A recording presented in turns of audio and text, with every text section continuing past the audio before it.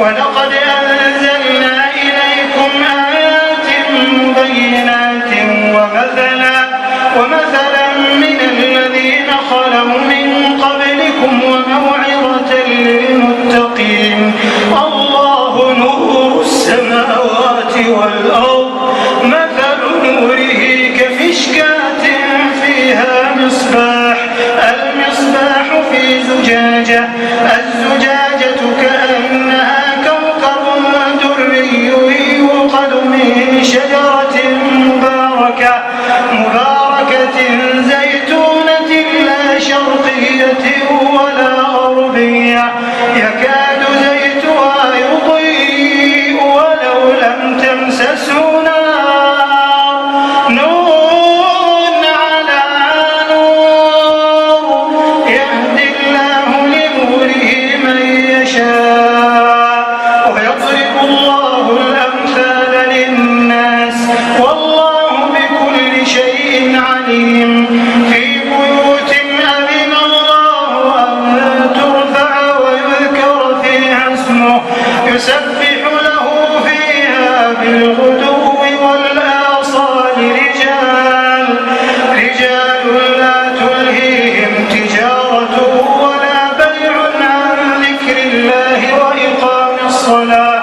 وإقام الصلاة وإيتاء الزكاة يخافون يوما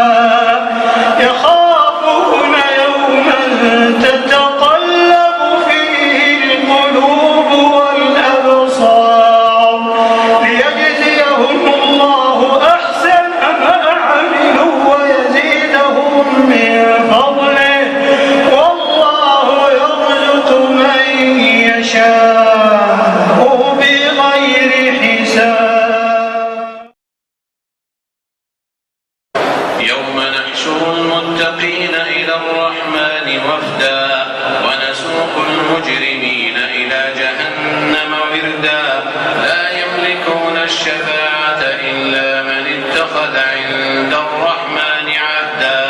فقالوا اتخذ الرحمن ولدا لقد جئتم شيئا إدا تكاد السماوات يتفطرن منه وتنشق الأرض وتخر الجبال هدا أن دعوا للرحمن ولدا وما ينبغي للرحمن أن يتخذ ولدا إن كل من في السماوات والأرض إلا آتي الرحمن عبدا لقد أحصاهم وعدهم عدا وكلهم آتيه يوم القيامة فردا إن الذين آمنوا وعملوا الصالحات سيجعل لهم الرحمن ودا فإنما يسرناه بلسانك لتبشر به المتقين وتنذر به قوما لدا وكم أهلكنا قبلهم من قرن هل تحس منهم من أحد أو تسمع لهم ركزا. قل من حرم زينة الله التي أخرج لعباده والطيبات من الرزق قل هي للذين آمنوا في الحياة الدنيا خالصة يوم القيامة كذلك نفصل الآيات لقوم يعلمون. قل إنما حرم ربي الفواحش ما ظهر منها وما بطن والإثم والبغي بغير الحق وأن تشركوا بالله ما لم ينزل به سلطانا وأن تقولوا على الله ما لا تعلمون ولكل أمة أجل فإذا جاء أجلهم لا يستأخرون ساعة ولا يستقدمون. يا بني آدم إما يأتينكم رسل منكم يقصون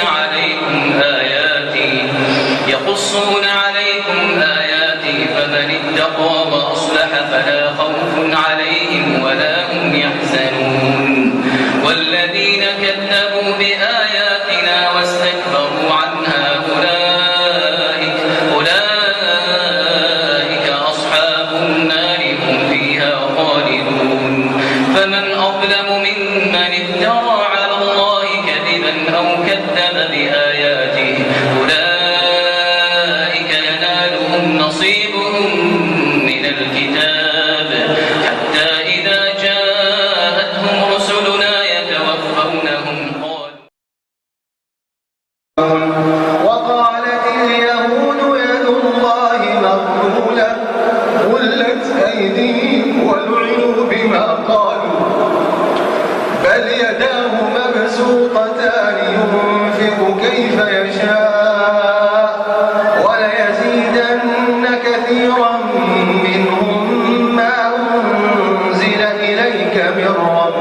طغيانا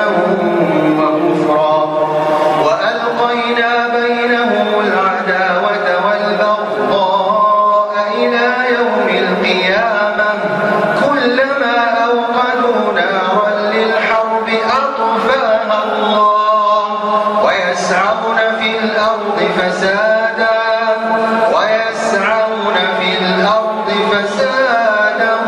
والله لا يحب المفسدين ولو أن أهل الكتاب آمنوا واتقوا لكفرنا عنهم سيئاتهم ولأدخلناهم جنات النعيم ولو أنهم أقاموا التوراة والإنجيل وما أنزل إليهم من ربهم لأكلوا من فوقهم ومن تحت أرجلهم منهم أمة مقتصدة وكثير منهم ساء ما يعملون. يا أيها الناس اتقوا ربكم الذي خلقكم من نفس واحدة وخلق منها زوجها وبث منهما رجالا كثيرا ونساء واتقوا الله الذي تساءلون به والأرحام إن الله كان عليكم رقيبا وآتوا اليتامى أموالهم ولا تتبدلوا الخبيث بالطيب ولا تأكلوا أموالهم إلى أموالكم إنه كان حوبا كبيرا وإن خفتم ألا تقسطوا في اليتامى فانكحوا ما طاب لكم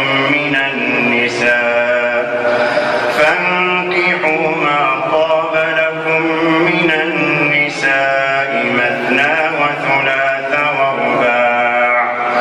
فإن خفتم ألا تعدلوا فواحدة أو ما ملكت أيمانكم ذلك أدنى ألا تعولوا